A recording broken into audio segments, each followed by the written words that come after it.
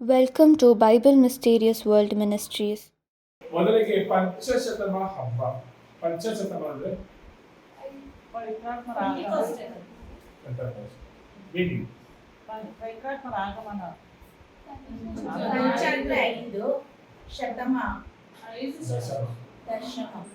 ಪಂಚದಶಮ 50ನೇ ದಿನ ಪವಿತ್ರಾತ್ಮರ ಅಭಿಷೇಕ. ಈಗ ನಮ್ಮೆಲ್ಲರಿಗೂ ಗೊತ್ತಿದೆ ಪಾಸ್ಕಾ ಹಬ್ಬ ಆಚರಣೆ ಮಾಡೋದು ಉದ್ದೇಶ ಏನು. ಆಗ ಈಜಿಪ್ಟ್ ದೇಶದಿಂದ ದೇವರು ಇಸ್ರಾಯೇಲನ್ನ ಅದ್ಭುತವಾಗಿ ಬಿಡಿಸ್ಕೊಂಡ್ ಬಂದ್ರು. ಆ ಬಿಡಿಸ್ಕೊಂಡ್ ಬಂದಿದ್ದ ಗುರುತಾಗಿ ಪ್ರತಿ ವರ್ಷ ಪಾಸ್ಕಾ ಹಬ್ಬನ ಆಚರಣೆ ಮಾಡಬೇಕಾಗಿದೆ. ಈ ಪಾಸ್ಕಾ ಹಬ್ಬ ಆಚರಣೆ ಆದಂತ ದಿನದಿಂದ 50ನೇ ದಿನದಲ್ಲಿ ಸುಗ್ಗಿಯನ್ನ ಸಮರ್ಪಣೆ ಮಾಡಿ ದೇವರಿಗೆ ಅರ್ಪಿಸಿ ಅದನ್ನ ಆಚರಣೆ ಮಾಡಬೇಕು ಅಂತ ವಿಮೋಚನಾ ಕಾಂಡದಲ್ಲಿ ತಿಳಿಸ್ಕೊಟ್ಟಿದ್ದಾರೆ. ಪಂಚಶತಮ ಹಬ್ಬವನ್ನ ಆಗಿಂದಲೂ ಆಚರಣೆ ಮಾಡ್ಕೊಂತ ಬಂದಿದೆ. ಪಂಚಶತಮ ಅಂತ ಏನಕ್ಕೆ ಕರೀತಾರೆ ಅಂದ್ರೆ 50ನೇ ದಿನ ಆಚರಣೆ ಮಾಡೋದು. ಪಾಸ್ಕಾ ಹಬ್ಬ ಮುಗಿದ ನಂತರ 50ನೇ ದಿನ ಆಚರಣೆ ಮಾಡುವಂಥದ್ದು. ಅದೇ ತರ ಯೇಸು ಸತ್ತು ಪುನರುತ್ಥಾನ ಹೊಂದಿದ್ದು ಇದೇ ಪಾಸ್ಕಾ ಹಬ್ಬದ ದಿನದಲ್ಲಿ. ಈ ಪಾಸ್ಕಾ ಹಬ್ಬದ ದಿನ ಅವರು ಪುನರುತ್ಥಾನ ಹೊಂದಿದ್ರಿಂದ ಪಂಚಶತಮ ದಿನವನ್ನ ಆಚರಣೆ ಮಾಡಬೇಕಾಗಿತ್ತು. ಪ್ರೇಷಿತರ ಕಾರ್ಯಕಲಾಪಗಳು 2ನೇ ಅಧ್ಯಾಯ 1ರಿಂದ ವಚನ. ಪಂಚಶತಮ ಹಬ್ಬದ ದಿನ ಭಕ್ತ ವಿಶ್ವಾಸಿಗಳೆಲ್ಲರೂ ಒಂದು ಸ್ಥಳದಲ್ಲಿ ಸಭೆ ಸೇರಿದ್ದರು. ಪಕ್ಕನೆ ಬಲವಾದ ಬಿರುಗಾಳಿ ಬೀಸುತ್ತಿದೆಯೋ ಎಂಬಂತೆ ಶಬ್ದವೊಂದು ಆಕಾಶದಿಂದ ಕೇಳಿದಂತೆ ಅದು ಅವರು ಕುಳಿತಿದ್ದ ಮನೆಯನ್ನೆಲ್ಲ ಮಾರ್ಗೀರಿಸಿತು. ಅಲ್ಲದೆ ಅಗ್ನಿ ಜ್ವಾಲೆಗಳು ಕೆನ್ನಾಲಿಗೆಯಂತೆ ಕಾಣಿಸಿಕೊಂಡವು. ಅವು ವಿಂಗಡವಾಗಿ ಪ್ರತಿಯೊಬ್ಬರ ಮೇಲೂ ನೆಲೆಸಿದವು. ಅವರೆಲ್ಲರೂ ಪವಿತ್ರಾತ್ಮ ಭರಿತರಾದರು. ಆತ್ಮ ಪ್ರೇರಣೆಯಿಂದ ಬೇರೆ ಬೇರೆ ಭಾಷೆಗಳಲ್ಲಿ ಮಾತನಾಡತೊಡಗಿದರು. ಪಂಚಶತಮ ಹಬ್ಬದ ದಿನ ಭಕ್ತ ವಿಶ್ವಾಸಿಗಳೆಲ್ಲರೂ, ಕೇವಲ ಪ್ರೇಷಿತರಲ್ಲ, ಪ್ರೇಷಿತರ ಜೊತೆಗೆ ದೇವಮಾತನಿದ್ರು ಮತ್ತೆ ಭಕ್ತ ವಿಶ್ವಾಸಿಗಳು ಯೇಸುವನ್ನ ಹಿಂಬಾಲಿಸ್ತಾ ಇದ್ದಂತ ತುಂಬಾ ಜನ ಸಭೆ ಸೇರಿ ಏನ್ ಮಾಡ್ಬೇಕು ಅಂತ ಗೊತ್ತಿಲ್ಲದಿರುವಂತ ಸಂದರ್ಭದಲ್ಲಿ ಕುಳಿತುಕೊಂಡಿದ್ರು. ಸೊ ಈ ವಾಕ್ಯಕ್ಕೆ ಪೂರಕವಾಗಿ 1ನೇ ಅಧ್ಯಾಯದಲ್ಲಿ 6ನೇ ವಾಕ್ಯ 6, 7, 8. ಮತ್ತೊಮ್ಮೆ ಯೇಸು ಸ್ವಾಮಿ ತಮ್ಮೊಡನೆ ಇದ್ದಾಗ ಪ್ರೇಷಿತರು, ಪ್ರಭು, ನೀವು ಇದೀಗಲೇ ಇಸ್ರಾಯೇಲ್ ಜನರ ರಾಜ್ಯವನ್ನು ಪುನರ್ಸ್ಥಾಪಿಸುವಿರೋ ಎಂದು ಕೇಳಿದರು. ಯೇಸು ಪ್ರತ್ಯುತ್ತರವಾಗಿ, ಸಮಯ ಸಂದರ್ಭಗಳು ನನ್ನ ಪಿತನ ಸ್ವಾಧೀನದಲ್ಲಿವೆ. ಅವುಗಳನ್ನು ತಿಳಿಯುವುದು ನಿಮ್ಮ ಕೆಲಸವಲ್ಲ. ಆದರೆ ಪವಿತ್ರಾತ್ಮ ಅವರು ನಿಮ್ಮ ಮೇಲೆ ಬಂದಾಗ ನೀವು ಶಕ್ತಿಯುತರಾಗುವಿರಿ. ಆಗ ನೀವು ಜೆರುಸಲೇಮಿನಲ್ಲೂ ಜುದೇಯದಲ್ಲೂ ಸಮಾರಿಯದಲ್ಲೂ ಭೂಲೋಕದ ಕಟ್ಟ ಕಡೆಯವರೆಗೂ ನನಗೆ ಸಾಕ್ಷಿಗಳಾಗಿರುವಿರಿ ಎಂದರು. ಸೊ ಇಲ್ಲಿ ಯೇಸು ಸ್ವಾಮಿಯ ಸ್ವರ್ಗಾರೋಹಣ ಆದ ನಂತರ ಕಳೆದ ವಾರ ಧರ್ಮಸಭೆ ಆಚರಿಸಿದ್ದು ಯೇಸುವಿನ ಸ್ವರ್ಗಾರೋಹಣದ ಹಬ್ಬವನ್ನ. ಅದು ಆದ ನಂತರ ಶಿಷ್ಯರು ಏನ್ ಮಾಡ್ಬೇಕು ಅಂತ ಗೊತ್ತಿಲ್ಲದ ತಿಳ್ಕೊಂಡಿದ್ರು. ಬಟ್ ಯೇಸು ಸ್ವಾಮಿ ಮುಂಚೆನೆ ಹೇಳಿದ್ರು, ನೀವು ಯೋಚನೆ ಮಾಡ್ಬೇಕಾಗಿಲ್ಲ, ಪವಿತ್ರಾತ್ಮ ನಿಮ್ಮ ಮೇಲೆ ಬಂದಾಗ 8ನೇ ವಾಕ್ಯ ಇನ್ನೊಂದ್ಸಲ. ಆದರೆ ಪವಿತ್ರಾತ್ಮ ಅವರು ನಿಮ್ಮ ಮೇಲೆ ಬಂದಾಗ ನೀವು ಶಕ್ತಿಯುತರಾಗುವಿರಿ. ಶಕ್ತಿಯುತರಾದಾಗ ಏನ್ ಮಾಡ್ಬೇಕು? ಜೆರುಸಲೇಮಿನ ಕಟ್ಟ ಕಡೆಯವರೆಗೂ ಹೋಗಿ ನನಗೆ, ಭೂಲೋಕದ ಕಟ್ಟ ಕಡೆಯವರೆಗೂ ನನಗೆ ಸಾಕ್ಷಿಗಳಾಗಿರುವಿರಿ. ಅಂದ್ರೆ ಯೇಸುವಿನ ಬಗ್ಗೆ ಕುರಿತಾಗಿ ನಮ್ಮ ಸಾಕ್ಷಿಗಳನ್ನು ನಾವು ಹರಡಬೇಕು. ಸೊ ಪವಿತ್ರಾತ್ಮರ ಅಭಿಷೇಕ ಮತ್ತೆ ಪವಿತ್ರಾತ್ಮನ ಸ್ವೀಕಾರ ಎರಡಕ್ಕೂ ಏನು ವ್ಯತ್ಯಾಸ? ಅಭಿಷೇಕ ಬೇರೆ, ಪವಿತ್ರಾತ್ಮನ ಸ್ವೀಕಾರ ಮಾಡೋದು. ಯೇಸು ಸ್ವಾಮಿ ಶಿಷ್ಯರಿಗೆ ಉಸಿರನ್ನ ಊದಿ ಪವಿತ್ರಾತ್ಮರನ್ನ ಸ್ವೀಕರಿಸಿ ಅಂತಲೂ ಹೇಳಿದ್ದಾರೆ. ನಾವೆಲ್ಲರೂ ಅದೇ ತರ ನಮ್ಮ ದೃಢೀಕರಣ ಸಂಸ್ಕಾರದಲ್ಲಿ ನಾವು ಪವಿತ್ರಾತ್ಮರನ್ನ ಸ್ವೀಕಾರ ಮಾಡಿದ್ದೇವೆ. ಅವರು ನಮ್ಮಲ್ಲಿ ಇದ್ದಾರೆ, ಆದ್ರೆ ಅಭಿಷೇಕ ಆಗಿಲ್ಲ. ನಮ್ಮ ಪ್ರತಿಯೊಬ್ಬರಲ್ಲೂ ಪವಿತ್ರಾತ್ಮರು ಇದ್ದಾರೆ. ಇವತ್ತು ಪ್ರಸಂಗದಲ್ಲಿ ತುಂಬಾ ಚೆನ್ನಾಗಿ ಹೇಳಿದ್ರು. ಪವಿತ್ರಾತ್ಮ ಅಂದ್ರೆ ಕಟ್ಕೆ ಹೊಡೆದಾಗ ಕೆಂಡ ಆಗಿರುತ್ತೆ, ಅದು ಆಕ್ಟಿವ್ ಆಗಿರುತ್ತೆ. ಅದನ್ನ ಸುಮ್ಮನೆ ಬಿಟ್ಬಿಟ್ರೆ ಗೋಧಿ ಮುಚ್ಕೊಂಡು ಅದ್ರದ್ದು ಪವರ್ ಕಾಣಿಸಲ್ಲ, ಗೊತ್ತಾಗೋದು ಇಲ್ಲ. ಅದೇನಾಗುತ್ತೆ, ಅದು ಸೈಲೆಂಟ್ ಆಗಿರುತ್ತೆ. ಸೊ ಆ ತರ ನಮ್ಮಲ್ಲಿ ಪವಿತ್ರಾತ್ಮರ ಕಾರ್ಯ ಆಗ್ಬೇಕು ಅಂದ್ರೆ ಅವರ ಅಭಿಷೇಕ ನಮ್ಮಲ್ಲಿ ಆಗ್ಬೇಕು. ಪ್ರತಿಯೊಬ್ಬರಲ್ಲೂ ಪವಿತ್ರಾತ್ಮರು ನಮ್ಮಲ್ಲಿ ನೆಲೆಯಾಗಿದ್ದಾರೆ. ಯಾಕಂದ್ರೆ ಯೇಸು ಸ್ವಾಮಿ ವಾಗ್ದಾನ ಕೊಟ್ಟಿದ್ದಾರೆ, ನಾನು ನಿಮ್ಮನ್ನು ಅನಾಥರನ್ನಾಗಿ ಬಿಟ್ಟು ಹೋಗುವುದಿಲ್ಲ, ಒಬ್ಬ ಪೋಷಕರನ್ನು ನಿಮಗೆ ಕೊಟ್ಟು ಹೋಗುತ್ತೇನೆ. ಆ ಪೋಷಕರು ನಮ್ಮಲ್ಲಿ ಬಂದ್ರೆ, ಈಗಲೇ ಅಲ್ಲ, ಆದಿಯಿಂದ ತಗೊಂಡ್ರು.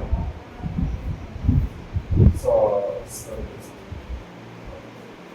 ಸಂಖ್ಯಾಕಾಂಡ 11ನೇ ಅಧ್ಯಾಯ ಸ್ವಲ್ಪ ಒಂಚೂರು ಹಿನ್ನೆಲೆ ಹೇಳ್ಬಿಡ್ತೀನಿ, ಆಮೇಲೆ ಹೋಗೋಣ. ಈಜಿಪ್ಟಿನಿಂದ ಇಸ್ರಾಯೇಲರನ್ನ ಗುಲಾಮತನದಿಂದ ಬಿಡುಗಡೆ ಮಾಡ್ಕೊಂಡು ಮೋಶೆಯ ಮುಖಾಂತರ ಕರ್ಕೊಂಡ್ ಬರ್ಬೇಕಾದ್ರೆ ಲಕ್ಷಾಂತರ ಜನರನ್ನ ಕರ್ಕೊಂಡ್ ಬಂದ್ರು. ಅಷ್ಟು ಜನರನ್ನ ಕರ್ಕೊಂಡ್ ಬರ್ಬೇಕಾದ್ರೆ ಅವ್ರವರಲ್ಲಿ ಗಲಾಟೆಗಳಾದಾಗ ನ್ಯಾಯ ತೀರ್ಸೋದಕ್ಕೆ ಮೋಶೆ ನಿಲ್ತಾ ಇದ್ದಾರೆ. ಅಷ್ಟೂ ಜನರನ್ನ ಮೋಶೆ ನ್ಯಾಯ ಪಂಚಾಯತಿ ಮಾಡಬೇಕಾಗಿತ್ತು. ಅವ್ರಿಗೆ ಏನಾದ್ರು ಸಮಸ್ಯೆ ಬಗೆಹರಿಸಬೇಕಾಗಿತ್ತು. ಅನ್ಯಾಯ ಯಾರಿಗಾಗಿದ್ದು ಅವ್ರಿಗೆ ನ್ಯಾಯ ದೊರಕಿಸ್ಕೊಡ್ಬೇಕಾಗಿತ್ತು. ಇಷ್ಟೋ ಜನರಿಗೆ ನ್ಯಾಯ ಕೊಡ್ತಾ ಕೊಡ್ತಾ ಅವ್ನ ಸಮಯ ಸಂಜೆ ಆದ್ರೂ ರಾತ್ರಿ ಆದ್ರೂ ತುಂಬಾ ಸಮಯದವರೆಗೂ ಅವನು ಸುಸ್ತಾಗ್ಬಿಡ್ತಾ ಇದ್ದ ಮೋಶೆ ಸರ್ವೇಶ್ವರ ಸ್ವಾಮಿ ಅಂತ ಕೇಳಿದಾಗ 70 ಜನನ ಆರಿಸ್ಕೊಳಕ್ ಹೇಳ್ತಾರೆ. ಯಾರನ್ನ? ಇಸ್ರಾಯೇಲರಲ್ಲಿ 70 ಜನ ಮುಖ್ಯಸ್ಥರನ್ನ ಆಯ್ಕೆ ಮಾಡ್ಕೊ, ನಿನ್ನಲ್ಲಿರುವ ಅಭಿಷೇಕವನ್ನ ತೆಗೆದು ನಾನು ಅವ್ರಿಗೆ ಹಂಚ್ತೀನಿ. ನಿನ್ನಲ್ಲಿರುವ ಪವಿತ್ರಾತ್ಮರ ಅಭಿಷೇಕವನ್ನ ಕಿಂಚಿತನ್ನ ತೆಗೆದು ಅವರೆಲ್ಲರಿಗೂ ನಾನು ಹಂಚ್ತೀನಿ ಅಂತ ಹೇಳ್ತಾರೆ. ಆ ಕುರಿತಾಗಿ 11ನೇ ಅಧ್ಯಾಯದಲ್ಲಿ 24ನೇ ಮೋಶೆ ಹೊರಟು ಹೋಗಿ ಸರ್ವೇಶ್ವರನ ಮಾತುಗಳನ್ನು ಜನರಿಗೆ ತಿಳಿಸಿದನು. ಜನರ ಹಿರಿಯರಲ್ಲಿ 70 ಮಂದಿಯನ್ನು ಕೂಡಿಸಿ ದೇವದರ್ಶನದ ಗುಡಾರದ ಸುತ್ತಲೂ ನಿಲ್ಲಿಸಿದನು.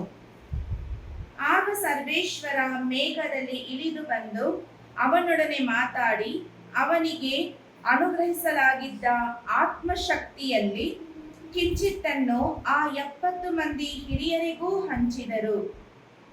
ಆ ಶಕ್ತಿ ಅವರ ಮೇಲೆ ಇಳಿದು ಬಂದಾಗ ಅವರು ಪರವಶರಾಗಿ ಪ್ರವಾದಿಸಿದರು. ಅಂತಹ ಅನುಭವ ಅವರಿಗೆ ಮತ್ತೆ ಬರಲಿಲ್ಲ.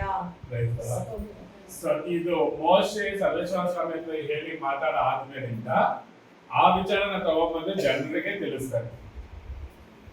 ಜನರ ಹಿರಿಯಲ್ಲಿ 70 ಮಂದಿಯನ್ನ ಕೂಡಿಸಿ ದೇವದರ್ಶನದ ಗುಡಾರದ ಬಳಿಗೆ ಕರ್ಕೊಂಡ್ ಬರ್ತಾರೆ. ಲಿಸ್ಟ್ ಆಗ್ತಾರೆ 70 ಜನದ್ದು, ಯಾರ್ಯಾರು ಬರಬೇಕು ಅಂತ ಬಿಟ್ಟು ಸೆಲೆಕ್ಟ್ ಮಾಡ್ಕೊಂಡು ಆ 70 ಜನನ ಕರೆಸ್ಬಿಟ್ಟು ಆ 70 ಜನನ ಆಯ್ಕೆ ಮಾಡ್ಕೊಂಡು ದೇವದರ್ಶನದ ಗುಡಾರ, ಅದ್ರ ಬಗ್ಗೆ ವಿಮೋಚನಾ ಕಾಂಡದಲ್ಲಿ ಓದಿದ್ರೆ ಗೊತ್ತಿರುತ್ತೆ, ಇಲ್ಲ ಅಂದ್ರೆ ಓದಿ ಗೊತ್ತಾಗುತ್ತೆ. ಆ ದೇವದರ್ಶನ ಗುಡಾರದ ಬಳಿಗೆ ಕರ್ಕೊಂಡ್ಬಂದು ನಿಲ್ಲಿಸಿದಾಗ ಸರ್ವೇಶ್ವರ ಮೇಘದಲ್ಲಿ ಇಳಿದು ಬಂದು, ಮೇಘ ಅಂದ್ರೆ ಮೋಡದಲ್ಲಿ ಇಳಿದು ಬರ್ತಾರೆ. ಬಂದು ಆ ವಾಕ್ಯ ಕ್ಲಿಯರ್ ಆಗಿರುತ್ತೆ.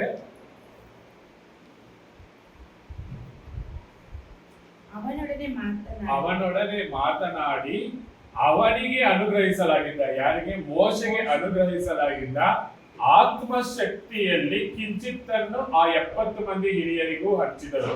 ಸರ್ವೇಶ್ವರ ಸ್ವಾಮಿಯೇ ಈ ಕೆಲಸವನ್ನ ಮಾಡ್ತಾರೆ. 70 ಮಂದಿ ಶಿಷ್ಯರಿಗೆ ಅವರ ಯಾನ ಆಯ್ಕೆ ಮಾಡಿಕೊಂಡಿರ್ತಾರೆ ಅವ್ರಿಗೆ ಹಂಚ್ತಾರೆ. ಹಂಚಿದಾಗ ಆ ಶಕ್ತಿ ಅವರ ಮೇಲೆ ಇಳಿದು ಬಂದಾಗ ಅವರು ಪರವಶರಾಗಿ ಪ್ರವಾದಿಸಿದರು. ಆ ಶಕ್ತಿ ಬಂದಾಗ ಪ್ರವಾದನೆ ಮಾಡ್ತಾರೆ. ಸುಮ್ಮನೆ ಅದು ಕೂರ್ಸಕ್ಕೆ ಬಿಡೋದಿಲ್ಲ. ಪವಿತ್ರಾತ್ಮರ ಅಭಿಷೇಕ ಆದ್ರೆ ಪವಿತ್ರಾತ್ಮರ ಸ್ವೀಕಾರ ಆಗದ ಬೇರೆ, ಅದನ್ನೇ ಹೇಳ್ತಾರೆ ಅಭಿಷೇಕ ಆಗದ ಬೇರೆ. ಯಾವಾಗ ನಮ್ಗೆ ಅಭಿಷೇಕ ಆಗುತ್ತೆ ನಾವು ಸುಮ್ಮನೆ ಇರಕ್ಕಾಗಲ್ಲ. ಏನಾದ್ರು ದೇವ್ರ ಸೇವೆಗೆ ಏನಾದ್ರು ನಾವು ಮಾಡ್ಲೇಬೇಕಾಗುತ್ತೆ. ಅಂತ ಅನುಭವ ಅವ್ರಿಗೆ ಮತ್ತೆ ಬರಲಿಲ್ಲ. ಅವಾಗ ಆದಂತ ಅನುಭವ ಅವ್ರಿಗೆ ಮತ್ತೆ ಬರಲಿಲ್ಲ. ಇಲ್ಲಿ ಪ್ರೇಷಿತರ ಕಾರ್ಯಕ್ರಮದಲ್ಲೂ ನೋಡ್ಬೋದು, ಅವ್ರಿಗೆ ಅಭಿಷೇಕ ಆಯ್ತು, ಪವಿತ್ರಾತ್ಮರ ಕೆನ್ನಾಳಿಗೆ ರೂಪದಲ್ಲಿ ಇಳಿದು ಬಂದಾಗ ಅವ್ರ ಸುಮ್ಮನೆ ಇರಲಿಲ್ಲ, ಪ್ರವಾದನೆ ಮಾಡ್ಲಿಕ್ಕೆ ಶುರು ಮಾಡಿದ್ರು. ಅದು ಪಂಚಶತಮ ಹಬ್ಬವಾದ್ದರಿಂದ ವಿಶ್ವದ ಎಲ್ಲಾ ಮೂಲೆಗಳಿಂದ ಜೆರುಸಲೇಮಿಗೆ ಆಗಮನ ಮಾಡಿದ್ದಾರೆ. ಅವ್ರೆಲ್ಲಾರು ಪೇತ್ರ ಮಾತನಾಡೋ ಮಾತುಗಳು ಅವ್ರವ್ರ ಭಾಷೆಗೆ ಅದು ಅರ್ಥ ಆಗುತ್ತೆ. ಆ ವಾಕ್ಯಗಳು ನಮ್ಗೆ ಗೊತ್ತಿರೋದ್ರಿಂದ ಸ್ವಲ್ಪ ಈ ಹಳೆ ಒಡಂಬಡಿಕೆ ವಾಕ್ಯಗಳನ್ನ ಧ್ಯಾನ ಮಾಡ್ತಾ ಇದ್ದೀವಿ. ಇಲ್ಲಿ ಇದು 70 ಜನರಿಗೆ ಹಂಚಬೇಕು, ದೇವರು ಡಿಸೈಡ್ ಆದ್ರು. ಆಯ್ಕೆ ಮೋಶೆ ಮಾಡಿದ್ರು. ಮೋಶೆಗೆ ಆಯ್ಕೆ ಮಾಡ್ಲಿಕ್ಕೆ ಅಂತ ದೇವರು ಡಿಸೈಡ್ ಮಾಡಿ 70 ಜನಕ್ಕೂ ಹಂಚಿದ್ರು. ಆದ್ರೆ ಆ 70 ಜನರಲ್ಲಿ ಇಬ್ರು ತಪ್ಪಿಸ್ಕೊಂತಾರೆ, ಅಲ್ಲೇ ಇಟ್ಬಿಡ್ತಾರೆ. ದೇವರ ದರ್ಶನ ಬಿಡೋದಕ್ಕೆ ಬರೋದಿಲ್ಲ. ನೆಕ್ಸ್ಟ್ ವಾಕ್ಯ ಓದ್ತೇವೆ. ಎಲ್ದಾದ್ ಮತ್ತು ಮೇದಾದ್ ಎಂಬ ಹಿರಿಯರಿಬ್ಬರು ಪಾಳೆಯದೊಳಗೆ ಉಳಿದುಕೊಂಡಿದ್ದರು. ಅವರ ಹೆಸರು ಲಿಖಿತವಾಗಿದ್ದರೂ ಅವರು ದೇವದರ್ಶನದ ಗುಡಾರಕ್ಕೆ ಹೊರಟು ಬಂದಿರಲಿಲ್ಲ. ಆ ಆತ್ಮಶಕ್ತಿ ಅವರ ಮೇಲೂ ಇಳಿದು ಬಂದುದರಿಂದ ಅವರು ಕೂಡ ಪಾಳೆಯದಲ್ಲೇ ಪರವಶರಾಗಿ ಪ್ರವಾದಿಸಿದರು. Praise the Lord. ಇಲ್ಲಿ ಎಲ್ದಾದ್ ಮತ್ತು ಮೇದಾದ್ ಎಂಬ ಹಿರಿಯರು 70 ಜನರಲ್ಲಿ ಇವರಿಬ್ರು ಹೆಸರು ಇರುತ್ತೆ. ಆದ್ರೆ ಇವರಿಬ್ರು ಪಾಳೆಯದೊಳಗೆ ಉಳಿದುಕೊಂಡಿದ್ದರು. ಅವ್ರು ಬಂದಿಲ್ಲ, ದೇವದರ್ಶನ ಗುಡಾರದವರಿಗೆ ಬರ್ಲಿಲ್ಲ. ಆದ್ರೆ ದೇವರು ಆಲ್ರೆಡಿ ಡಿಸೈಡ್ ಆಗಿದ್ರು, ಅವ್ರಿಗೂ ಅಭಿಷೇಕ ಆಯ್ತು. ಅವ್ರು ಪಾಳೆಯದೊಳಗಡೆನೆ ಗುಡಾರದ ಬಂದಿಲ್ಲ ಅಂದ್ರೂ ಅಲ್ಲೇನೆ ಪ್ರವಾದನೆ ಮಾಡ್ತಾ ಇದ್ದಾರೆ. ಸೊ ಇಲ್ಲಿ ದೇವರು ನಮ್ಮನ್ನ ಆರಿಸ್ಕೊಂಡು ಇವತ್ತು ಸ್ಪೆಷಲ್ ಆಗಿ, ಬೇರೆ ದಿನಗಳು ಬೇರೆ ಇದ್ಮೇಲಿಂದ ಆಲ್ರೆಡಿ ಕಾನ್ಫರೆನ್ಸ್ ಎಲ್ಲ ಹಂಚಾಗಿದೆ, ಗೊತ್ತಾಗಿದೆ. ಪ್ರತಿ ತಿಂಗಳು 3ನೇ ಭಾನುವಾರ ಇಟ್ಟಿರ್ತೀವಿ. ಆದ್ರೆ ಇವತ್ತು ಪವಿತ್ರಾತ್ಮರ ಅಭಿಷೇಕಕ್ಕೋಸ್ಕರ ನಮ್ಮನ್ನೆಲ್ಲ ಕರೆಸಿದ್ದಾರೆ. ಯಾರಾದ್ರೂ ಮಿಸ್ ಆಗಿದ್ರೆ ಅವ್ರಿಗೂ ಅಭಿಷೇಕ ಸಿಗುವಂತ ಅವಕಾಶಗಳು ಇದೆ. ಬರಬೇಕಾಗಿತ್ತು, ಬಂದಿಲ್ಲ. ಮನೆಯಲ್ಲೇ ಇವತ್ತು ಅವ್ರಿಗೂ ಅಭಿಷೇಕ ಆಗುತ್ತೆ. ಸೊ ಇಲ್ಲಿ ನಾವು ಬಂದಿದ್ದೀವಿ, ನಾವು ಯಾರು ನೆನೆಸ್ಕೊಳ್ಳೋಣ. ಮನೆಯಲ್ಲಿ ಇದ್ದಾರೆ, ಅವ್ರನ್ನ ಕರ್ಕೊಂಡ್ ಬರ್ಬೇಕು ಅನ್ನೋ ಆಸೆ ನಮ್ಗೆ. ಬಟ್ ಅವ್ರು ಬರೋ ಪರಿಸ್ಥಿತಿನಲ್ಲಿ ಇಲ್ಲ. ಅವ್ರಿಗೂ ಅಭಿಷೇಕ ಆಗಲಿ ಅಂತ ನಾವು ಪ್ರಾರ್ಥನೆ ಮಾಡಿದಾಗ ದೇವ್ರು ಖಂಡಿತ ಅವ್ರಿಗೂ ಅಭಿಷೇಕ ಮಾಡೇ ಮಾಡ್ತಾರೆ. ಇಬ್ರು ಬಂದಿಲ್ಲ, ಆದ್ರೂ ಅವ್ರಿಗೆ ಅಭಿಷೇಕ ಆಯ್ತು. ಇದು ನೆಕ್ಸ್ಟ್ ವಾಕ್ಯ ಓದೋಣ. ಆಗ ಒಬ್ಬ ಯುವಕ ಮೋಶೆಯ ಬಳಿಗೆ ಓಡಿ ಬಂದು, ಎಲ್ದಾದ್ ಮತ್ತು ಮೇದಾದರು ಪಾಳೆಯದಲ್ಲೇ ಪರವಶರಾಗಿ ಪ್ರವಾದಿಸುತ್ತಿದ್ದಾರೆ ಎಂದು ತಿಳಿಸಿದನು. ಚಿಕ್ಕಂದಿನಿಂದ ಮೋಶೆಗೆ ಶಿಷ್ಯನಾಗಿದ್ದ ಹಾಗೂ ನೂನನ ಮಗನಾಗಿದ್ದ ಯೆಹೋಶುವನು ಮೋಶೆಗೆ, ಗುರುವೇ, ಅವರಿಗೆ ಅದು ಬೇಡವೆನ್ನಬೇಕು ಎಂದು ವಿನಂತಿಸಿದನು. ಅದಕ್ಕೆ ಮೋಶೆ, ನನ್ನ ಗೌರವ ಕಾಪಾಡಲು ನಿನಗೇಕೆ ಅಸೂಯೆ? ಸರ್ವೇಶ್ವರನ ಅನುಗ್ರಹದಿಂದ ಅವರ ಜನರೆಲ್ಲರೂ ಆತ್ಮಶಕ್ತಿಯನ್ನು ಹೊಂದಿ ಪ್ರವಾದಿಸುವುದಾದರೆ ಎಷ್ಟೋ ಒಳ್ಳೆಯದು ಎಂದನು. ತರುವಾಯ ಮೋಶೆ ಮತ್ತು ಇಸ್ರಾಯೇಲರ ಹಿರಿಯರು ಪಾಳೆಯಕ್ಕೆ ಹಿಂತಿರುಗಿದರು. Praise the Lord. ಸೊ ಅಲ್ಲಿ ಒಬ್ಬ ಹುಡುಗ ಬಂದ್ಬಿಟ್ಟು, ಯುವಕ ಬಂದ್ಬಿಟ್ಟು ಹೇಳ್ತಾನೆ, ಪಾಳೆಯದೊಳಗಡೆ ಪ್ರವಾದನೆ ಮಾಡ್ತಾ ಇದ್ದಾರೆ ಇಬ್ರು, ಅವರಿಬ್ರು ಬಂದಿರ್ಲಿಲ್ಲ, ಕಂಪ್ಲೇಂಟ್. ಆವಾಗ ಯೆಹೋಶುವ ಗೊತ್ತಿರ್ಬೇಕು, ಮೋಶೆಯ ನಂತರ ಇಸ್ರಾಯೇಲರನ್ನ ಕಾನಾನ್ ದೇಶಕ್ಕೆ ಕರ್ಕೊಂಡು ಹೋದಂತ ವ್ಯಕ್ತಿ. ಮೋಶೆಯ ಶಿಷ್ಯ ಯೆಹೋಶುವ. ಅವ್ರು ಹೇಳ್ತಾರೆ, ಇದು ಸಾಧ್ಯ ಇಲ್ಲ, ಇದು ಮಾಡಬಾರ್ದು, ಅವ್ರು ಬಂದಿಲ್ಲ ಅಂತ ಅವ್ರಿಗೆ ಅದು ಸಿಗ್ಬಾರ್ದಲ್ವಾ, ಅದನ್ನ ತಡೀರಿ ಅಂತ ಬಿಟ್ಟು ಕೇಳ್ಕೊಂಡಾಗ ಮೋಶೆ ಹೇಳ್ತಾನೆ, ದೇವ್ರ ಮಹಿಮೆನ ತಡಿಬೇಡ, ಹೊಟ್ಟೆ ಕಿಚ್ಚು ಬರಬೇಡ, ಅವ್ರು ಬಂದವ್ರಿಗೆ ಅಭಿಷೇಕ ಮಾಡಿರೋದು ದೇವರು. ಪ್ರವಾದನೆ ಮಾಡಿದ್ರೆ ಅವ್ರು ಮಾಡೋದ್ರಿಂದ ಇನ್ನ ಒಳ್ಳೇದಲ್ವಾ, ಅವರಿಂದ ಹೆಚ್ಚು ಕೆಲಸಗಳು ಆಗ್ಬೋದಲ್ವಾ. ಈ ದೇವ್ರ ಕೆಲಸಗಳನ್ನ ಮಾಡ್ಲಿಕ್ಕೆ ಅಂತ ಇದ್ದಾಗ ನಾವು ಹೊಟ್ಟೆ ಕಿಚ್ಚು ಪಡೋ ತರ ಅಲ್ಲ. ಯಾಕಂದ್ರೆ ಕಾಮನ್ ಆಗಿ ಆಗುತ್ತೆ, ಯಾಕಂದ್ರೆ ಅಷ್ಟು ದೂರದಿಂದ ಕಷ್ಟಪಟ್ಟು ಬಂದವ್ರಿಗೂ ಬರ್ದಿರೋರ್ಗೂ ಒಂದೇ ಅಂದ್ರೆ ಅದು ದೇವ್ರ ಚಿತ್ತ, ದೇವ್ರ ಯೋಚನೆ. ನಾವು ತಡೆಯ ಹಾಕಿಲ್ಲ. ನಮ್ಮ ಮನಸ್ಸಿನಲ್ಲಿ ಯಾರಿಗಾದ್ರೂ ಮನೆಯಲ್ಲಿ ಇರೋರಿಗೆ, ಅಮ್ಮಗೆ ಅಂತೀವಿ ಅಭಿಷೇಕ ಆಗ್ಬೇಕು, ಮಕ್ಕಳಿಗೆ ಪೀಟರ್ಗೆ ಬರ್ಬೇಕಾಗಿತ್ತು, ಬಂದಿಲ್ಲ. ಯಾರ್ಯಾರು ನೆನಪಾಗುತ್ತಾರೋ, ಯಾಕಂದ್ರೆ ಮಧ್ಯಾಹ್ನ ಬೆಳೆಯಿಂದ ಅದ್ಭುತವಾಗಿ ಇವತ್ತು ದೇವ್ರನ್ನ ನಾವು ಬಿಡಬಾರ್ದು.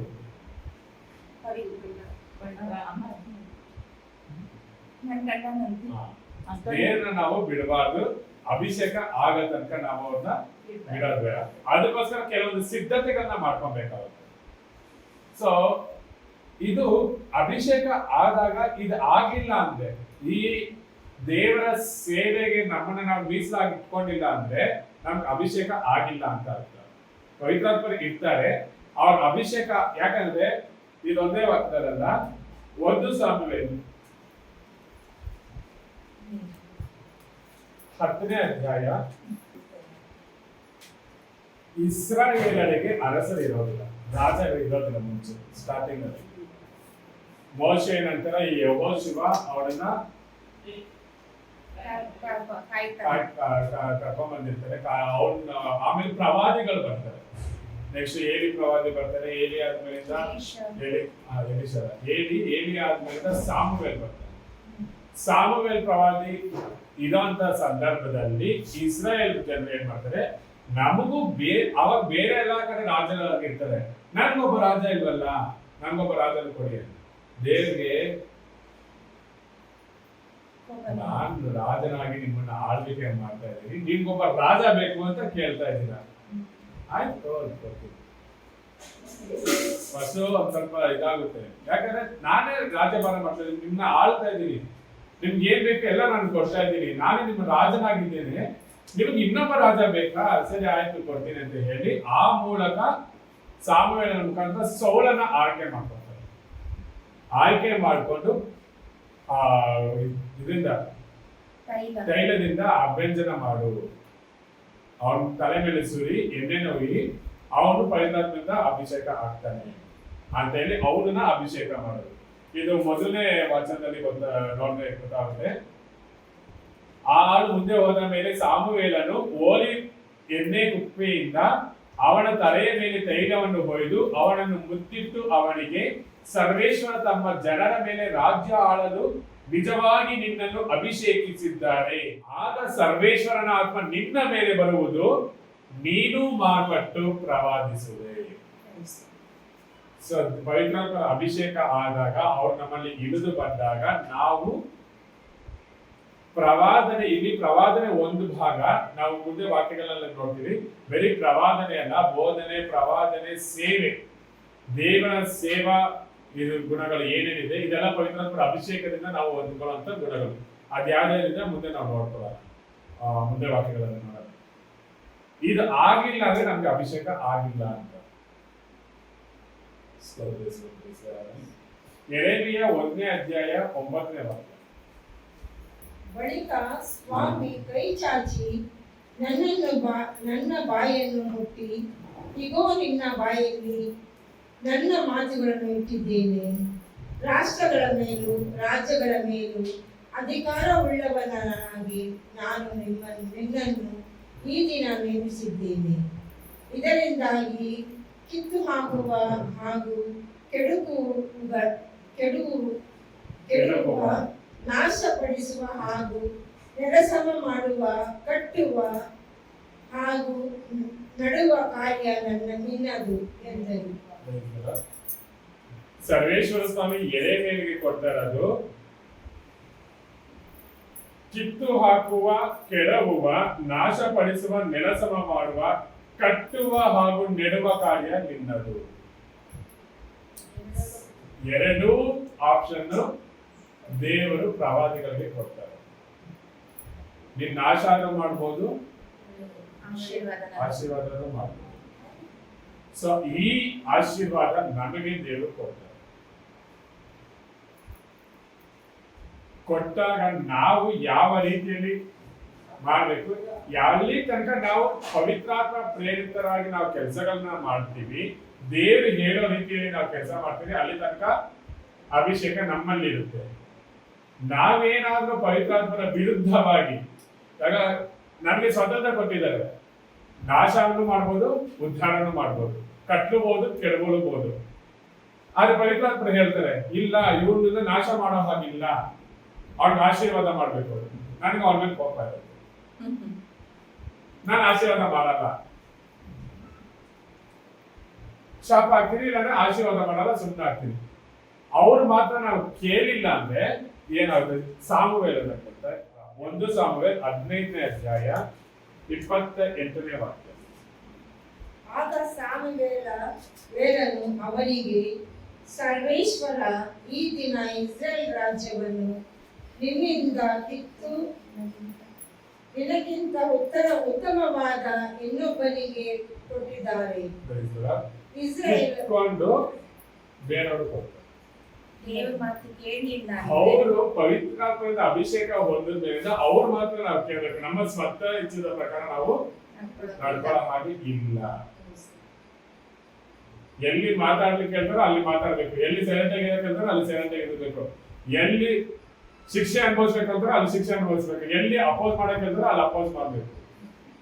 ಅವರ ಚಿತ್ತಕ್ಕೆ ನಮ್ಮನ್ನ ಒಪ್ಪಿಸ್ಕೊಟ್ಟಿಲ್ಲ ಅಂದ್ರೆ ನಮ್ಮಲ್ಲಿರೋ ಅಭಿಷೇಕವನ್ನ ಕಿತ್ತು ಬೇರೆ. ಅದೇ ತರ ಇಲ್ಲಿ ಸೌಲನಿಂದ ದಾವೀದನಿಗೆ ಹೋಗುದು. ಆದ್ರೆ ಮೊದಲನೆಯದಾಗಿ ಅಭಿಷೇಕ ಮಾಡಿದ್ದು ಯಾರಿಗೆ? ಸೌಲನಿಗೆ. ಸೌಲನಿಗೆ. ಯಾರು ಮಾಡಿದ್ದು? ಸಮುವೇಲ. ಸಾಮುವೇಲ್ ಮೊದಲನೆಯದಾಗಿ ಸೌಲನ ಅಭಿಷೇಕ ಮಾಡಿದ್ದು. ಇಲ್ಲಿ ಪ್ರವಾದನನ್ನು ಕೊಟ್ಬಿಟ್ಟ, ಬೇರೆಯಿಂದ ಕಿತ್ಕೊಂಡ್ಬಿಟ್ಟವ್ರ ಅಂತಾನೆ ಹೇಳ್ಬಿಟ್ಟ. ಆದ್ರೆ ದುಃಖ ತಡೆಯಕ್ ಆಗ್ತಾ ಇಲ್ಲ. ನಾನು ಬೆಸ್ ಮಾಡ್ಬಿಟ್ಟೆ, ಅವ್ರು ಕಳ್ಕೊಂಡ್ಬಿಟ್ನಲ್ಲ. ಸೌಲನ ಮೇಲೆ ಪ್ರೀತಿ ಸಮುವೇಲನಿಗೆ. ನಾನು ಫಸ್ಟ್ ಅರಸ ಆಗಿದ್ದಾನೆ, ಅವನಿಂದ ತಗೋಬೇಕಾದ್ರೆ. ಯಾಕಂದ್ರೆ ಅದಾದ್ಮೇಲೆ ಅವ್ನು ತುಂಬಾ ವಾಗ್ದಾಳಿಗಳನ್ನ ಮಾಡಿರ್ತಾನೆ, ರಾಜ್ಯಗಳನ್ನ ಸಂಪಾದನೆ ಮಾಡಿರ್ತಾನೆ, ದೊಡ್ಡ ವ್ಯಕ್ತಿಯಾಗಿ ಬೆಳೆದಿರ್ತಾನೆ. ಈಗ ಅಭಿಷೇಕ ಕಳ್ಕೊಂಡ್ಬಿಡ್ತ ಅವನಲ್ಲ ಅಂತ ತುಂಬಾ ದುಃಖದಲ್ಲಿದ್ದಾಗ 16ನೇ ಅಧ್ಯಾಯದಲ್ಲಿ 1ನೇ ವಾಕ್ಯ. ಸರ್ವೇಶ್ವರ ಸ್ವಾಮಿ ಸಮುವೇಲನಿಗೆ, ನಾನು ಸೌಲನನ್ನು ಇಸ್ರಾಯೇಲರ ಅರಸನಾಗಿರುವುದಕ್ಕೆ ಅಯೋಗ್ಯನೆಂದು ತಳ್ಳಿಬಿಟ್ಟೆನಲ್ಲವೇ? ನೀನು ಅವನಿಗಾಗಿ ಎಷ್ಟರವರೆಗೆ ದುಃಖಿಸುತ್ತಿರುವೆ? ಕೊಂಬನ್ನು ಎಣ್ಣೆಯಿಂದ ತುಂಬಿಸಿಕೊಂಡು ಬಾ, ನಾನು ನಿನ್ನನ್ನು ಬೆತ್ಲೆಹೇಮಿನವನಾದ ಜೆಸ್ಸೆಯನ ಬಳಿಗೆ ಕಳುಹಿಸುತ್ತೇನೆ. ಅವನ ಮಕ್ಕಳಲ್ಲೊಬ್ಬನನ್ನು ಅರಸನನ್ನಾಗಿ ಆರಿಸಿಕೊಂಡಿದ್ದೇನೆ ಎಂದು ಹೇಳಿದರು. ಅವನು ದುಃಖ ಪಡ್ತಾ ಇರ್ಬೇಕಾದ್ರೆ, ಸೌಲ ವಿಚಾರವಾಗಿ ದುಃಖ ಪಡ್ತಾ ಇರ್ಬೇಕಾದ್ರೆ ದೇವರೇ ಬಂದು ಹೇಳ್ತಾ ಇದ್ದಾರೆ ಸಾಮ್ಯನಿಗೆ, ಇನ್ನೆಷ್ಟು ಕಾಲ ದುಃಖ ಪಡ್ತೀಯಾ? ಅವನಿನ ತೆಗೆದಾಕಿದಾಗೋಯ್ತು, ತಲೆ ಕೆಡಿಸ್ಕೊಬೇಡ, ಎಣ್ಣೆ ತುಂಬಿಸ್ಕೊ, ಕೊಂಬಳ ಎಣ್ಣೆ ತುಂಬಿಸ್ಕೊಂಡು ಅದರಲ್ಲೇ ಅಭಿಷೇಕ ಮಾಡ್ತಾ ಇದ್ದೆ. ಅದ್ರಲ್ಲಿ ಎಣ್ಣೆ ತುಂಬಿಸ್ಕೊಂಡು ನಡಿ, ನಾನು ಇನ್ನೊಬ್ಬನ ಅಭಿಷೇಕ ಮಾಡ್ತೀನಿ. ಅವನ ಆಶೀರ್ವಾದ ಅವನ ರಾಜ ಆಗ್ತಾರೆ. ಜೆಸ್ಸೆಯನ ಮಗ ಅವನೇ ದಾವಿದ ಅರಸ ಬಂದಿದ್ದ ಅವನು. ಸೊ ಅದಾದ್ಮೇಲಿಂದ ದಾವಿದನ ಆಶೀರ್ವಾದ ಮಾಡ್ತಾರೆ. ಸೊ ನಾವಿಲ್ಲಿ ತುಂಬಾ ಮುಖ್ಯವಾಗಿ ತಿಳ್ಕೊಬೇಕಾಗಿರೋದು, ದೇವರು ಪ್ರೇರಣೆಯಿಂದ ಏನನ್ನ ಹೇಳ್ತಾರೆ, ಅಭಿಷೇಕ ಆದ್ಮೇಲೆ ಏನ್ ಹೇಳ್ತಾರೆ ಅದ್ರ ಪ್ರಕಾರ ನಾವು ಮಾಡ್ತೇವೆ. ಪ್ರವಾದನೆ ಮಾಡ್ಬೇಕಾ, ಮಾತಾಡ್ಬೇಕು ಅಂತ ಅವಕಾಶ ಸಿಗ್ತಾ, ವಾಕ್ಯಗಳನ್ನ ಸಾರ್ಬೇಕಂತ ಅವಕಾಶ ಸಿಗ್ತಾ ಮಾಡ್ಲೇಬೇಕು. ಮಾಡ್ಲಿಲ್ಲ ಅಂದ್ರೆ ನಾವು ಅಭಿಷೇಕವನ್ನ ಸೇವೆಗೆ ಅವಕಾಶ ಕೊಡ್ತಾರೆ. ಅವಕಾಶ ಕೊಟ್ಟಾಗ ನಾವು ದೇವ್ರ ಸೇವೆ ಮಾಡ್ಬೇಕು. ಮಾಡ್ಲಿಲ್ಲ ನಾವು ಅವಕಾಶವನ್ನ ಕಳ್ಕೊಳ್ತೀವಿ. ನಾವೆಲ್ಲ ಒಟ್ಟಾಗಿ ಸೇರೋದು ಈ ಅಭಿಷೇಕಕ್ಕೋಸ್ಕರ. ಎಚ್ಚರಿಕೆಯ ಮಾತುಗಳನ್ನ ದೇವ್ರು ಕೊಡ್ತಾ ಇದ್ದಾರೆ. ನನಗೂ ಗೊತ್ತಿಲ್ಲ ಏನ್ ಮಾತಾಡ್ತಿದ್ದೀನಿ ಅಂತ ಬಿಟ್ಟು ದೇವರೇ ಖಂಡಿತವಾಗಿ ನಮ್ಮೆಲ್ಲರ ಜೊತೆಗೆ ಮಾತಾಡ್ತಾ ಇದ್ದಾರೆ. ಈ ಎಚ್ಚರಿಕೆ ನಮಗೆ ಕೊಡ್ತಾ ಇದ್ದಾರೆ ಅಂದ್ರೆ ಖಂಡಿತ ನಮ್ಮನ್ನ ಇವತ್ತು ಅಭಿಷೇಕ ಮಾಡ್ಲಿಕ್ಕೆ ದೇವರು ಸಿದ್ಧರಾಗಿದ್ದಾರೆ. ಸೊ ಆ ಅಭಿಷೇಕವನ್ನು ನಾವೆಲ್ಲರೂ ಪಡ್ಕೊಂಡು ನಾವಾಗ ಪಡ್ಕೊಳ್ಳೋದಲ್ಲ, ನಮ್ಮ ಮನೆಯಲ್ಲಿ ಇರೋರ್ಗು ಆಶೀರ್ವಾದನ ಪಡ್ಕೊಳ್ಳೋಣ.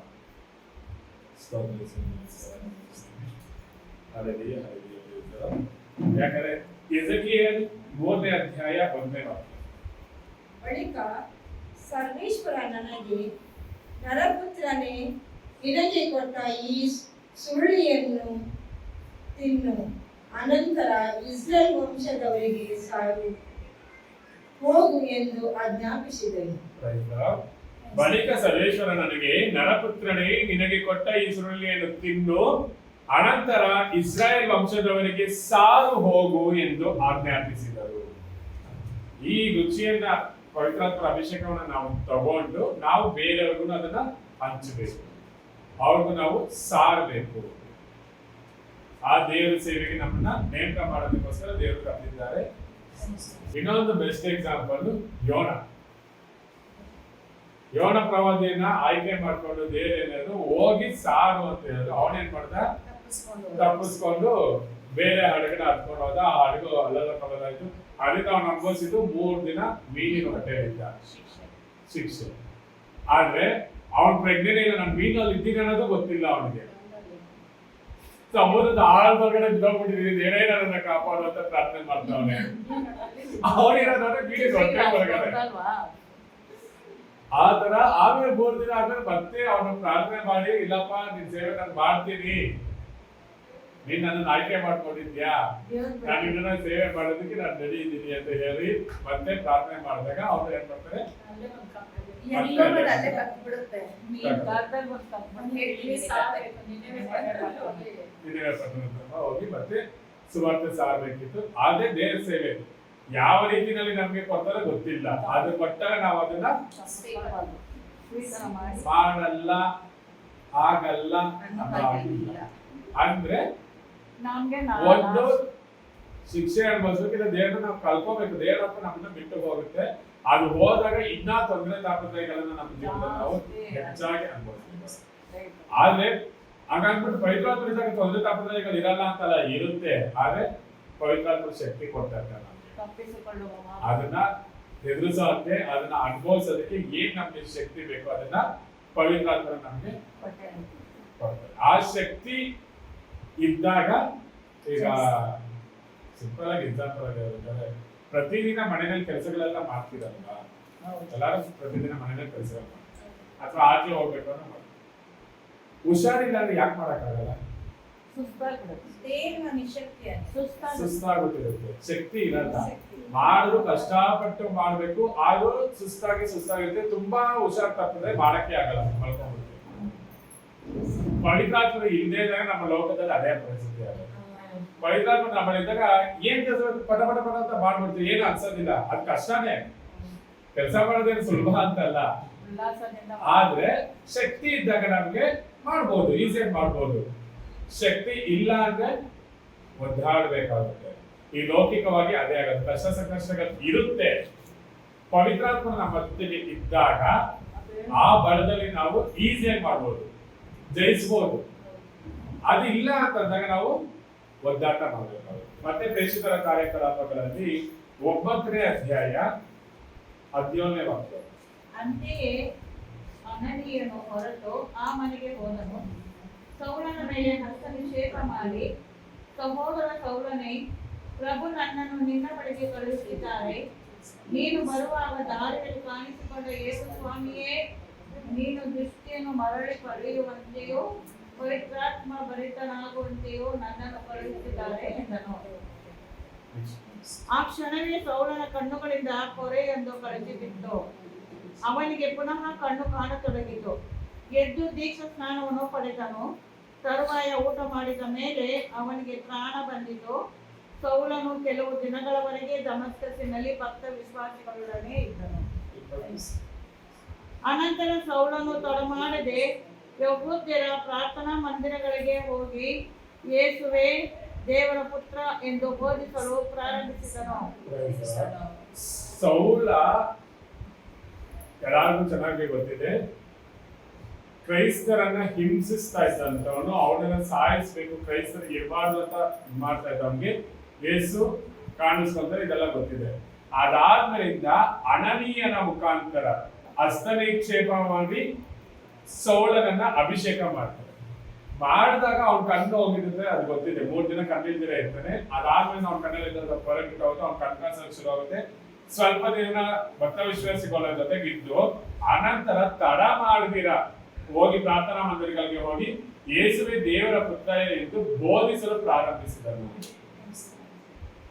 ಸೊ ಅಭಿಷೇಕ ಆದಾಗ ನಾವು ಸುಮ್ಮನೆ ಇರೋ ಹಾಗೆ ಇಲ್ಲ. ದೇವರ ಸೇವೆಯಲ್ಲಿ ನಮ್ಮನ್ನ ನಾವು ತೊಡಗಿಸ್ಕೊಳ್ಬೇಕು. 1 ಥೆಸಲೋನಿ 5ನೇ ಅಧ್ಯಾಯ 19. ಪವಿತ್ರಾತ್ಮರನ್ನು ನಿಶ್ಚೇತನಗೊಳಿಸಬೇಡಿ, ಪ್ರವಾದನೆಗಳನ್ನು ಅಲ್ಲಗಳೆಯದಿರಿ. ಅವುಗಳನ್ನೆಲ್ಲ ಪರಿಶೋಧಿಸಿ ಒಳ್ಳೆಯದನ್ನು ಅಂಗೀಕರಿಸಿರಿ, ಕೆಟ್ಟದನ್ನೆಲ್ಲ ಬಿಟ್ಟು ಬಿಡಿ. ಪವಿತ್ರಾತ್ಮರ ನಮ್ಮಲ್ಲಿ ಬಂದಾಗ ಅವರನ್ನ ನಿಶ್ಚೇತನಗೊಳಿಸದಿರಿ. ನಿಶ್ಚೇತನ ಅಂದ್ರೆ ಚೇತನ ಅಂದ್ರೆ ಸುಮ್ಮನೆ ಉಳ್ಕೊಂಡಿದ್ರೆ ಪ್ರಯೋಜನ ಇಲ್ಲ. ಆಕ್ಟಿವೇಶನ್ ಇಲ್ಲದೆ ಇರೋದು. ಆ ತರ ಮಾಡಕ್ ಹೋಗಿ ಪವಿತ್ರಾತ್ಮರನ್ನ ನಿಶ್ಚೇತನಗೊಳಿಸಬೇಡಿ. ಪವಿತ್ರಾತ್ಮ ಬಂದಾಗ ನಾವು ಸುಮ್ಮನೆ ಇರೋ ಹಾಗಿಲ್ಲ. ಸೇವಾ ಕಾರ್ಯದಲ್ಲಿ ನಮ್ಮನ್ನು ನಾವು ತೊಡಗಿಸ್ಕೊಳ್ಬೇಕು. ಪ್ರವಾದನೆಗಳನ್ನ ಅಲ್ಲಗಳೆಯದಿರಿ. ಪ್ರವಾದನೆಗಳನ್ನ ಅಲ್ಲಗಳೆಯದಿರಿ ಅಂದ್ರೆ ನಿಮ್ಮಂತ ಪ್ರಬೋಧಕರು ಹೇಳೋ ಮಾತುಗಳನ್ನ ಸ್ವೀಕಾರ ಮಾಡಬೇಕು. ಪುಟದ ಸಂಖ್ಯೆ 371 1 ಥೆಸಲೋನಿಯರಿಗೆ 5ನೇ ಅಧ್ಯಾಯದಲ್ಲಿ 19, 20, 21, 22. ಪವಿತ್ರಾತ್ಮರನ್ನು ನಿಶ್ಚೇತನಗೊಳಿಸದಿರಿ, ಪ್ರವಾದನೆಗಳನ್ನ ಅಲ್ಲಗಳೆಯದಿರಿ, ಅವುಗಳನ್ನೆಲ್ಲ ಪರಿಶೋಧಿಸಿ ಒಳ್ಳೆಯದನ್ನು ಅಂಗೀಕರಿಸಿ ಕೆಟ್ಟದನ್ನ ಬಿಟ್ಟು ಬಿಡಿ.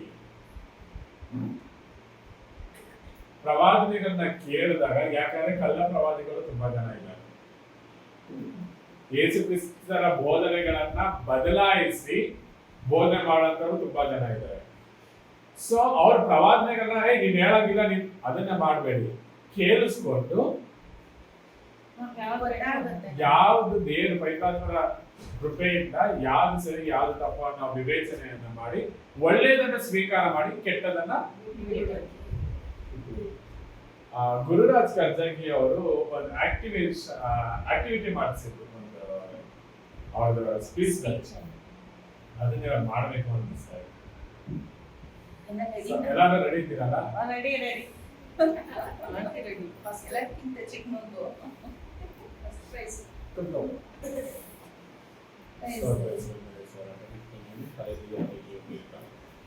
ಎಲ್ಲಾರು ಗಮನ ಬಿಟ್ಟು ಕೇಳಿಸ್ಕೊಳ್ಳಿ. ಕೇಳಿಸಿದೆಯಲ್ಲ ಮಮ್ಮ?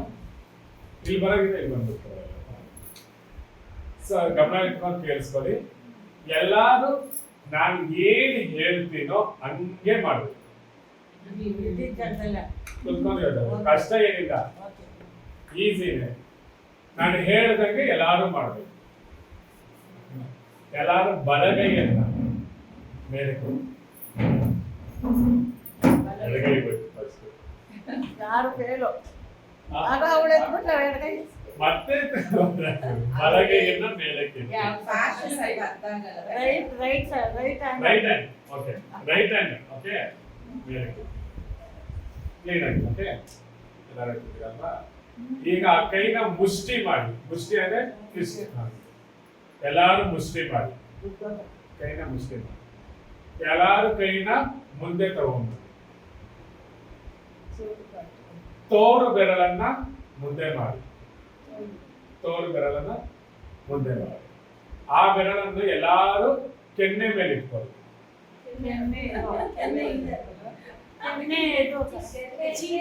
ಎಷ್ಟು ಜನ ಇಲ್ಲಿ ಇಟ್ಕೊಂಡ್ರಿ?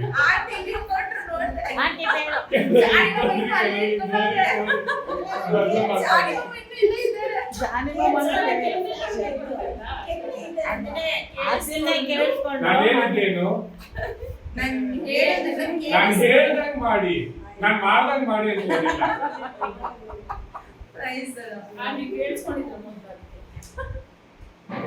ಕೇಳಿಸ್ಕೊಂಡಿದ್ರೆ ಓಕೆ.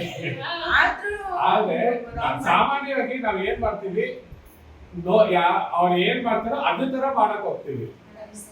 ದೇವ್ರ ವಾಕ್ಯ, ಇವಾಗ ನಾನು ಇಲ್ಲಿ ನಿಂತ್ಕೊಂಡು ಹೇಳ್ತಾರೆ ದೇವ್ರ ವಾಕ್ಯ ಸಾರ್ತಾ ಇದ್ದೀನಿ. ಇಲ್ಲಿ ನೀವು ವಾಕ್ಯನ ಕೇಳಿಸ್ಕೋಬೇಕು. ನಾನೇನ್ ಮಾಡ್ತೀನಿ ಅದು ಮುಖ್ಯ ಅಲ್ಲ ನಿಮ್ಗೆ. ಅಕ್ಕ ಬಂದು ಹೇಳ್ತಾರೆ, ಆಂಟಿ ಬಂದು ಹೇಳ್ತಾರೆ, ಅಮ್ಮ ಯಾರ್ ಬೇಕಾದ್ರು ಬೇರೆ ಯಾರ್ ಬೇಕಾದ್ರೂ ಪ್ರವಾದನೆ ಮಾಡ್ಬೋದು. ಪ್ರವಾದನೆ ಅಲ್ಲಗಲೇಬೇಡಿ, ವಾಕ್ಯ ಅದೇನೆ. ಅವ್ರು ಏನ್ ಹೇಳ್ತಾರೆ ಅದನ್ನ ಕೇಳಿಸ್ಕೊಳ್ಳಿ. ಅದ್ರಲ್ಲಿ ಒಳ್ಳೇದನ್ನ ಸ್ವೀಕಾರ ಮಾಡಿ, ಕೆಟ್ಟದನ್ನ ಬಿಟ್ಬಿಡಿ. ಅವ್ರ ಪರ್ಸನಲ್ ಲೈಫ್ ಏನಾದ್ರು ಇಟ್ಕೊಂಡ್ರೆ ನಮಗೇನ್ ಬೇಕು? ಅವ್ರ ಜೀವನ ನನಗೇನಕ್ಕೆ ಬೇಕು? ಅವ್ರು ಒಳ್ಳೆಯವನ ಕೆಟ್ಟವನ ಅದೆಲ್ಲ ಬೇಡ. ವಾಕ್ಯ ಸಂದೇಶನ ಸಾರ್ತಾ ಇದ್ದಾರೆ. ನಾವು ಕೇಳಿದ್ಬೇಕು. ಏನ್ ಕೇಳಿಸ್ಕೊತೀವಿ ದೇವ್ರ ವಾಕ್ಯನ, ಅದನ್ನ ಧ್ಯಾನ ಮಾಡಿ ಅದ್ರ ಪ್ರಕಾರ ನಾವು ನಡ್ಕೋಬೇಕು. ಅವ್ರು ಮಾಡ್ತಾರೆ. ಇದು ಮೇನ್ ಆಗಿ ಏನು ಅಂತಾರೆ, ಸಾಮಾನ್ಯವಾಗಿ ಫಾದರೇ ಮಾಡ್ತಾರೆ, ನಾ ಮಾಡೋದ್ರಲ್ಲಿ ಏನ್ ತಪ್ಪು, ಅವರೇ ಮಾಡ್ತಾರೆ, ನಾ ಮಾಡಿದ್ರೆ ಏನ್ ತಪ್ಪು. ತುಂಬಾ ಜನ ಇದನ್ನ ನಾವು ಈವನ್ ನಾನು ಮಾಡಿದ್ದೀನಿ. ಅವ್ರೇ ಮಾಡ್ತಾರಂತೆ, ನಾ ಮಾಡ್ದಂಗ್ ಮಾಡಿದ್ದ ದೇವ್ರು ಹೇಳಿಲ್ಲ. ವಾಕ್ಯ, ದೇವ್ರ ವಾಕ್ಯ ಏನಿದೆ, ಏಸು ಅಂದ್ರೆ ದೇವ್ರ ವಾಕ್ಯ ಗೊತ್ತಿದೆ. ದೇವ್ರ ವಾಕ್ಯ ಏನಿರುತ್ತೆ ಅದ್ರ ಪ್ರಕಾರ ನಾವು ನಡ್ಕೊಬೇಕು ಹೊರತು ಇನ್ನೊಬ್ಬರನ್ನ ನೋಡಿ ನಾವು ಮಾಡಲ್ಲ. ಪ್ರತಿಯೊಬ್ರು ಯೂನಿಕ್. ತುಂಬಾ ಸಲ ಹೇಳಿದಾಗೆ ಮತ್ತೆ ಮತ್ತೆ ಹೇಳ್ತಾ ಇದೀನಿ, ನನ್ನ ತರ ಇನ್ನೊಬ್ರು ಇರೋದಕ್ಕೆ ಸಾಧ್ಯ ಇಲ್ಲ ಈ ಪ್ರಪಂಚದಲ್ಲಿ. ಈಗಿನ ಜನರೇಷನ್ ಅಲ್ಲ, ಲೋಕ ಸೃಷ್ಟಿ ಆದಾಗಿಂದ ಇಲ್ಲಿವರೆಗೂ ಎಷ್ಟು ಕೋಟ್ಯಾನು ಜನರು ಗೊತ್ತಿಲ್ಲ, ಲೆಕ್ಕಾಗಲ್ಲ. ಅಷ್ಟು ಜನರಲ್ಲಿ ನಾನು ಹೆಂಗಿದ್ದೀನಿ ಎಕ್ಸಾಕ್ಟ್ ಆಗಿ ಇನ್ನೊಬ್ಬ ಇರ್ಲಿಕ್ಕೆ ಸಾಧ್ಯ ಇಲ್ಲ.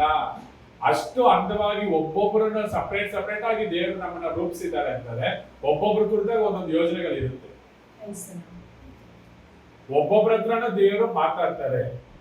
ನಮ್ಮನ್ನ ಏನು ಸೃಷ್ಟಿ ಮಾಡೋದಕ್ಕೆ, ಕ್ರಿಯೇಟ್ ಮಾಡೋದಕ್ಕೆ ದೇವರು ಅಷ್ಟು ಸಮಯ ತಗೊಂಡಿದ್ದಾರೆ. ಅವ್ರು ನಮ್ಮ ಜೊತೆ ಮಾತಾಡೋದಿಲ್ಲ. ಖಂಡಿತ ನಮ್ಮೆಲ್ಲರ ಜೊತೆಗಳು ಇಂಡಿವಿಜುವಲ್ ಆಗಿ ಮಾತಾಡ್ತಾರೆ. ನಮ್ಮೊಬ್ಬರನ್ನು ಪ್ರತಿಯೊಬ್ಬರನ್ನು ಇಂಡಿವಿಜುವಲ್ ಆಗಿ ಪ್ರೀತಿ ಮಾಡ್ತಾರೆ. ಪ್ರತಿಯೊಬ್ಬರಿಗೂ ಪ್ರತ್ಯೇಕವಾಗಿ ಪವಿತ್ರಾತ್ಮದ ಅಭಿಷೇಕವನ್ನ ಮಾಡ್ತಾರೆ. ಅದನ್ನ ನಾವು ಸ್ವೀಕಾರ ಮಾಡಿ ನಾವು ಕಳ್ಕೊಬಾರ್ದು. ಅದನ್ನ ಸ್ವೀಕಾರ ಮಾಡಿ ನಾವು ನಿಶ್ಚೇತನಗೊಳಿಸಬಾರ್ದು.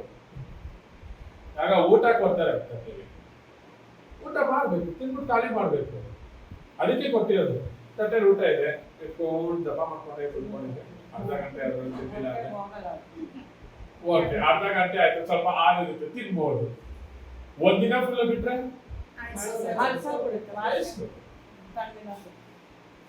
ಸೊ ಅಭಿಷೇಕವನ್ನ ಸ್ವೀಕಾರ ಮಾಡಿದ್ಮೇಲೆ ಪವಿತ್ರಾತ್ಮನ ನಮ್ಮಲ್ಲಿ ಬಂದಾಗ ನಾವು ಅದನ್ನ ಕಾರ್ಯರೂಪಗಳಲ್ಲಿ ತೋರಿಸ್ಬೇಕು. ತೋರಿಸಿಲ್ಲ ಅಂದ್ರೆ ಎಷ್ಟೆಷ್ಟೋ ದೂರದಿಂದ ಇಲ್ಲಿಗೆ ಬಂದಿರೋ ಉದ್ದೇಶ ಏನು? ದೇವರ ಅಭಿಷೇಕ. ಅವ್ರು ನಮ್ಮಲ್ಲಿ ನೆಲೆ ಮಾಡ್ಬೇಕು, ಅವ್ರು ನಮ್ಮ ಜೊತೆಗಿರ್ಬೇಕು, ಅವ್ರು ಕೆಲಸ ಮಾಡ್ಬೇಕು. ಯಾಕಂದ್ರೆ ಅದೊಂದು ತುಂಬಾ ಸಲ ಆಗಿದೆ. ಮತ್ತೆ ಪರವಾಗಿಲ್ಲ. ವಿಮೋಚನಾ ಕಾಂಡ 14:14. ಸರ್ವೇಶ್ವರ ಸ್ವಾಮಿಯೇ ನಿಮ್ಮ ಪರವಾಗಿ ಯುದ್ಧ ಮಾಡುವರು, ನೀವು ನೆಮ್ಮದಿಯಿಂದಿರಿ. ಸರ್ವೇಶ್ವರ ಸ್ವಾಮಿ ನಮ್ಮ ಪರವಾಗಿ ಯುದ್ಧ ಮಾಡ್ತಾರೆ, ನಾವು ನೆಮ್ಮದಿಯಾಗಿರ್ಬೇಕಾದ್ರೆ. ಪವಿತ್ರಾತ್ಮರು ನಮ್ಮಲ್ಲಿ ಇದ್ದಾಗ ಅವ್ರು ನಮ್ಮ ಪರವಾಗಿ ಕೆಲಸ ಮಾಡ್ತಾರೆ, ನಾವು ನೆಮ್ಮದಿಯಾಗಿರ್ಬೋದು. ಅವ್ರು ಇಲ್ಲ ಅಂದ್ರೆ ನೆಮ್ಮದಿಯಾಗಿರಕ್ ಸಾಧ್ಯ ಇಲ್ಲ. ಅವ್ರು ನಮ್ಮಲ್ಲಿ ನೆಲೆಯಾಗಿಲ್ಲ ಅಂದ್ರೆ ನಾವು ನೆಮ್ಮದಿಯಾಗಿರಕ್ಕೆ ಸಾಧ್ಯ ಆಗೋದಿಲ್ಲ.